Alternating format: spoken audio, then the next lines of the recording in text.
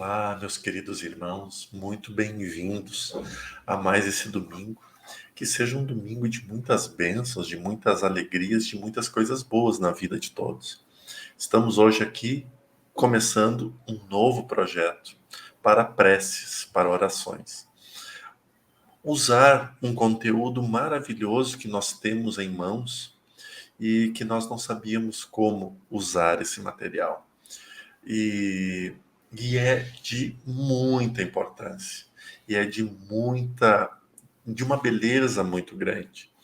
Então, estamos animados, Robson e eu, com este novo encaminhamento e teremos agora, pelo menos, algumas boas 30, 40 semanas de um projeto muito bacana e muito bonito.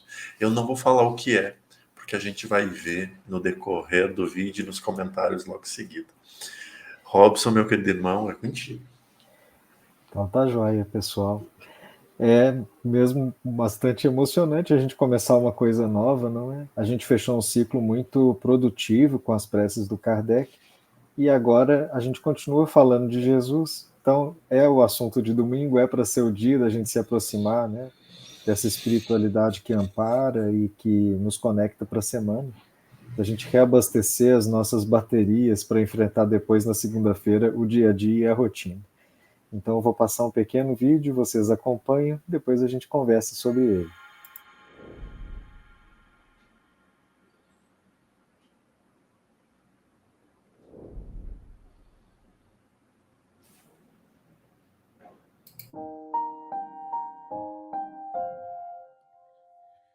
O culto cristão no lar. Povoara-se o firmamento de estrelas dentro da noite prateada de luar, quando o Senhor, instalado provisoriamente em casa de Pedro, tomou os sagrados escritos e, como se quisesse imprimir novo rumo à conversação que se fizera improdutiva e menos edificante, falou com bondade: Simão, que faz o pescador quando se dirige para o mercado com os frutos de cada dia? O apóstolo pensou alguns momentos e respondeu hesitante: Mestre, naturalmente escolhemos os peixes melhores. Ninguém compra os resíduos da pesca. Jesus sorriu e perguntou de novo: E o oleiro? Que faz para atender à tarefa que se propõe? Certamente, Senhor, redarguiu o pescador intrigado. Modela o barro, imprimindo-lhe a forma que deseja. O amigo celeste, de olhar compassivo e fulgurante, insistiu: E como procede o carpinteiro para alcançar o trabalho que pretende? O interlocutor, muito simples, informou sem vacilar: lavrará a madeira, usará a enxó e o serrote, o martelo e o formão. De outro modo, não aperfeiçoará a peça bruta. Calou-se Jesus por alguns instantes e aduziu: Assim também é o lar diante do mundo. O berço doméstico é a primeira escola e o primeiro templo da alma. A casa do homem é a legítima exportadora de caracteres para a vida comum. Se o negociante seleciona a mercadoria, se o marceneiro não consegue fazer um barco sem afeiçoar a madeira aos seus propósitos, como esperar uma comunidade segura e tranquila sem que o lar se aperfeiçoe? A paz do mundo começa sob as telhas a que nos acolhemos. Se não aprendemos a viver em paz, entre quatro paredes, como aguardar a harmonia das nações? Se nos não habituamos a amar o irmão mais próximo, associado à nossa luta de cada dia, como respeitar o eterno Pai que nos parece distante? Jesus relanceou o olhar pela sala modesta, fez pequeno intervalo e continuou: Pedro, acendamos aqui, em torno de quantos nos procuram a assistência fraterna, uma claridade nova. A mesa de tua casa é o lar de teu pão. Nela, recebes do Senhor o alimento para cada dia. Por que não instalar ao redor dela a sementeira da felicidade e da paz na conversação e no pensamento? O Pai que nos dá o trigo para o celeiro através do solo, envia-nos a luz através do céu. Se a claridade é a expansão dos raios que a constituem, a fartura começa no grão. Em razão disso, o Evangelho não foi iniciado sobre a multidão, mas sim no singelo domicílio dos pastores e dos animais. Simão Pedro fitou no mestre os olhos humildes e lúcidos, e como não encontrasse palavras adequadas para explicar-se, murmurou tímido: Mestre, seja feito como desejas. Então Jesus, convidando os familiares do apóstolo à palestra edificante e à meditação elevada, desenrolou os escritos da sabedoria e abriu, na terra, o primeiro culto cristão no lar.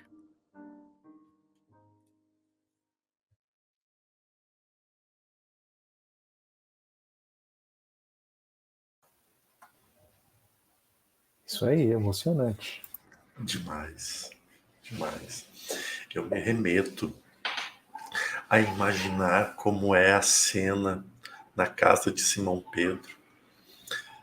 Jesus tecendo esses comentários, né, mostrando com exemplos, falando de forma muito clara, né, porque no relato trazido por Neio Lúcio, ele não está falando mais por parábolas, ele está dando exemplos muito claros e alicerçados, né, diante do ensinamento, nos levando muito a refletir sobre o amor e sobre o perdão. Imagina que nesse livro é cultuado o primeiro evangelho no lar no mundo. Através desse livro, ele cultua o primeiro culto do evangelho no lar, feito por Jesus. Então, é uma mensagem de um encanto e de uma beleza incrível, né? A suavidade das imagens, de tudo, né, que nós conseguimos com esta voluntária, né? Então, acho que as palavras de Jesus são um encanto. Me chamou a atenção esse trechinho, né? Que ela diz assim, ela que eu falo, a nossa voluntária leu, né? O que o Nério Lúcio relatou. Jesus, percebendo que a conversação tinha ficado menos edificante, ele quis mudar o rumo da prosa, como a gente diz no interior, né? Vamos mudar o rumo dessa prosa. Então ele começou a fazer uma reflexão, né, sobre o que é útil o homem cultivar quando ele tem um propósito, né? Então ele deu vários exemplos que a pessoa tinha um propósito claro, né, de vender a pesca, ou de fazer um barco, ou de fazer os tijolos, né? E a partir desse propósito, como ele pode moldar a mente dele para depois chegar na conclusão assim, o microcosmo disso é a nossa própria casa, né? E às vezes a gente olha para a nossa casa e fica imaginando que ela teria que ser melhor, né? Ela não teria que ser melhor em termos materiais, ela tem que melhorar o padrão energético, né? Porque o padrão energético da casa reflete o nosso padrão mental.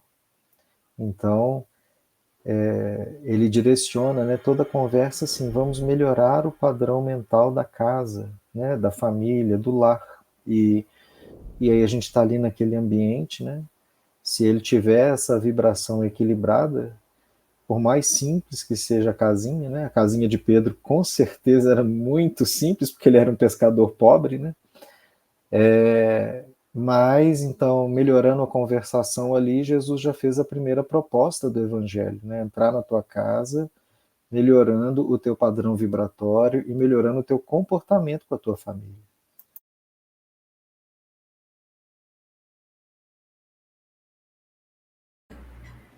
Demorei um pouquinho porque estava passando um veículo bastante barulhento aqui. Aí um momento de silêncio é bom. Quantos de nós hoje precisamos refletir sobre o que está entrando em nossos lares? Qual é a conversação? Qual é o conteúdo? Né? Quais as energias que estão ali presentes no nosso lar? E eu, quando falo em lar, eu sempre procuro mostrar dois ângulos do lar diferente. Primeiro, o nosso corpo físico, que é o lar para nos abrigar nesta existência. E o segundo, o lar material mesmo, que é onde está lá onde a gente mora, onde a gente dorme, onde a gente convive. O que nós estamos colocando ali para dentro, né? Que energia, que vibração está ali. Ou seja, nós termos esse cuidado, assim como a gente teria que ter o cuidado com a saúde, de cuidar, de zelar, né? de tomar água, enfim, de tantas coisas. O mesmo cuidado com nós, como espíritos. E Jesus nos traz esse questionamento logo de início, assim, desse zelo, da importância de nós realmente pararmos, né?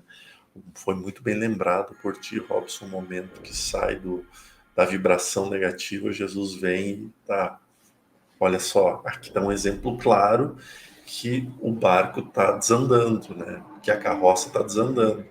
Então, vem, vamos segurar, né? E vamos modificar. Então, que isso seja sempre muito claro, de reflexão dentro das nossas vidas, né? E, Pode falar. não, eu já ia dizer que eu estou muito animado com isso tudo. Não, ótimo, eu também estou animado com isso tudo. Sobre as influências que entram, né? Tem pouco tempo que a gente estudou a mensagem 130, que é Somos Amados e Respeitados pelo Criador, que foi desenvolvido esse tema pelo Hayashida.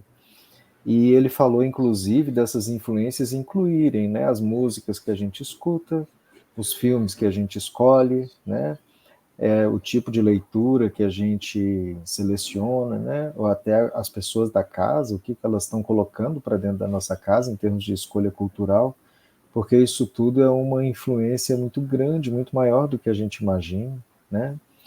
E sobre a energia ou a vibração que a gente emite, que eu acho que é o final da história, né? A gente melhorar o nosso padrão à medida que a gente melhora as influências externas, mas para melhorar o nosso interno. E esse nosso interno vai emitir para o externo de volta depois, né? O que ficou na nossa mente.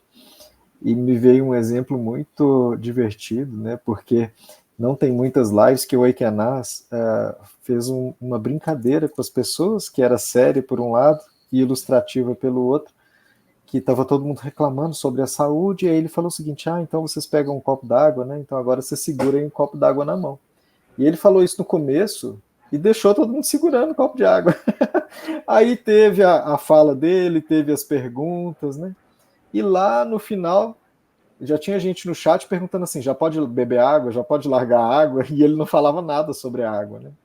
E chegou no final, ele falou assim, aí ele fez a prece e falou, a água que vocês estão segurando, ela está cheia da energia de vocês mesmos. Como que vai ser o resultado se vocês beberem essa água? Ele quis mostrar assim, então, aquele período a gente ficou ali emitindo coisas para aquela água.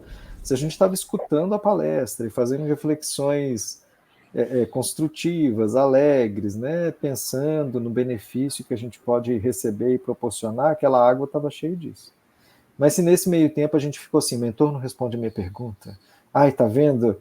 Isso está demorando demais, que chatice, né? Aí a água também estava cheia desse negócio, né? Então, eu acho que é um pouco por aí, né? A gente acaba recebendo aquilo que a gente emite, e isso é uma coisa que eles repetem muito, né, Jordalê? Eu não lembrava desse fato, assim.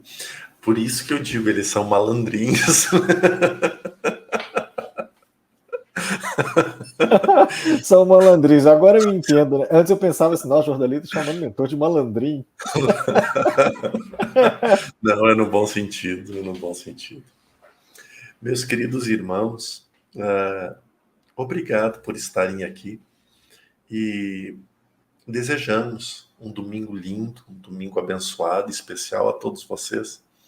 Que essa energia de Jesus perdure ao longo da tua existência, da nossa existência e desta semana linda e abençoada que começa para vocês.